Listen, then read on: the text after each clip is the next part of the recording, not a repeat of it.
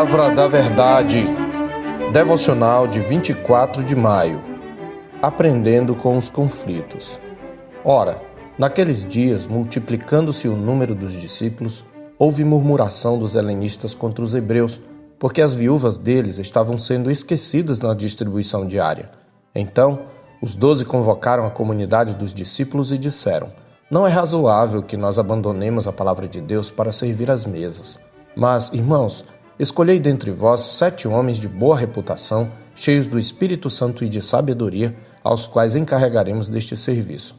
E quanto a nós, nos consagraremos à oração e ao ministério da palavra. Atos 6, de 1 a 4. A Igreja do Senhor Jesus não está livre de conflitos internos. Coisas como discriminação, negligência, murmuração e conflitos dentro da própria igreja podem perturbar a boa ordem do povo de Deus. E por mais saudável que seja uma igreja, ela nunca estará livre de crises, conflitos e problemas neste mundo. Mas a maturidade de uma igreja não é expressa na ausência de problemas e conflitos, mas na forma como ela lida com eles. Nem mesmo a admirada igreja primitiva estava livre deles. No entanto, tais problemas trouxeram-lhes muito aprendizado, lições que servem também para nós hoje. Quando lemos Atos 4, 32 a 35, podemos perceber que, em princípio, o crescimento numérico não afetou a qualidade da vida espiritual da comunidade. Da multidão dos que creram era um o coração e a alma, registra Lucas no verso 32. Logo, a quantidade não é necessariamente inimiga da qualidade. Por outro lado, o crescimento numérico e o tempo de convivência trazem novos desafios à manutenção dessa qualidade que emana da comunhão no Espírito. Eles foram desafiados na convivência harmoniosa entre grupos cada vez mais heterogêneos.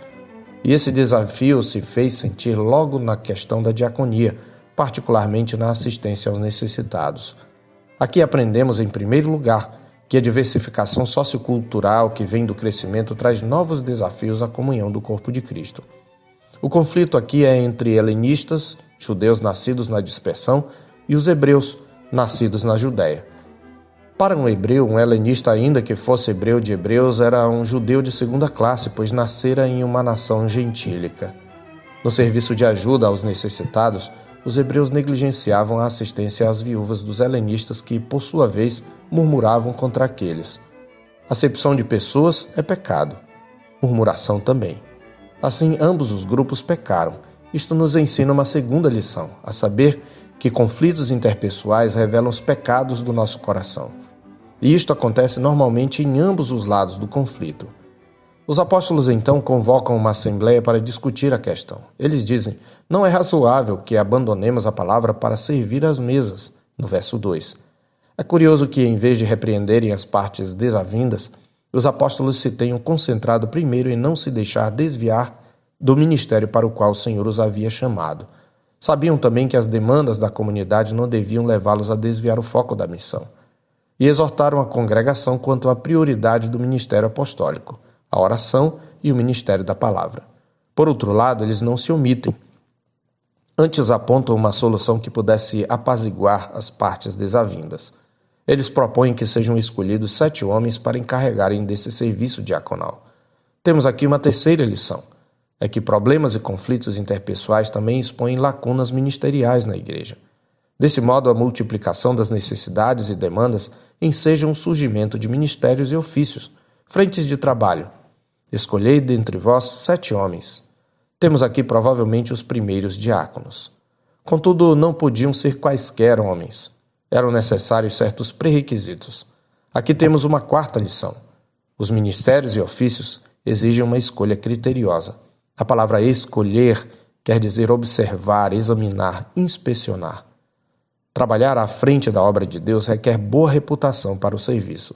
A ideia aqui é que os homens escolhidos coordenariam a distribuição. Sua posição, portanto, era de liderança. E para isso, eles deveriam ser cheios do Espírito Santo, de sabedoria e de fé.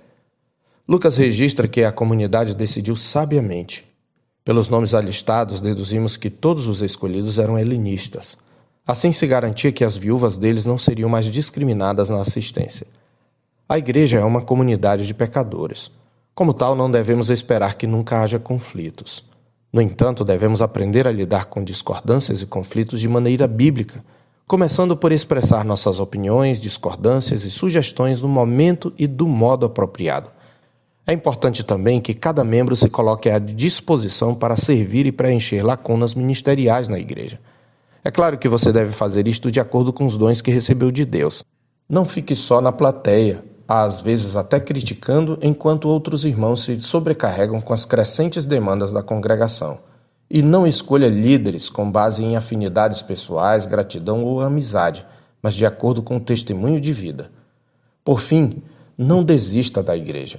Apesar de seus conflitos e problemas, ela ainda é o corpo de Cristo, a sua noiva, o povo de propriedade exclusiva de Deus, seu tesouro particular. Rejeitar a igreja é sim rejeitar a Cristo, pois ninguém pode dizer amar a Cristo e ao mesmo tempo desprezar sua noiva. Eu sou o pastor Marcos Augusto, pastor da Terceira Igreja Presbiteriana de Boa Vista, em Roraima. Tenha um bom dia na paz do Senhor Jesus.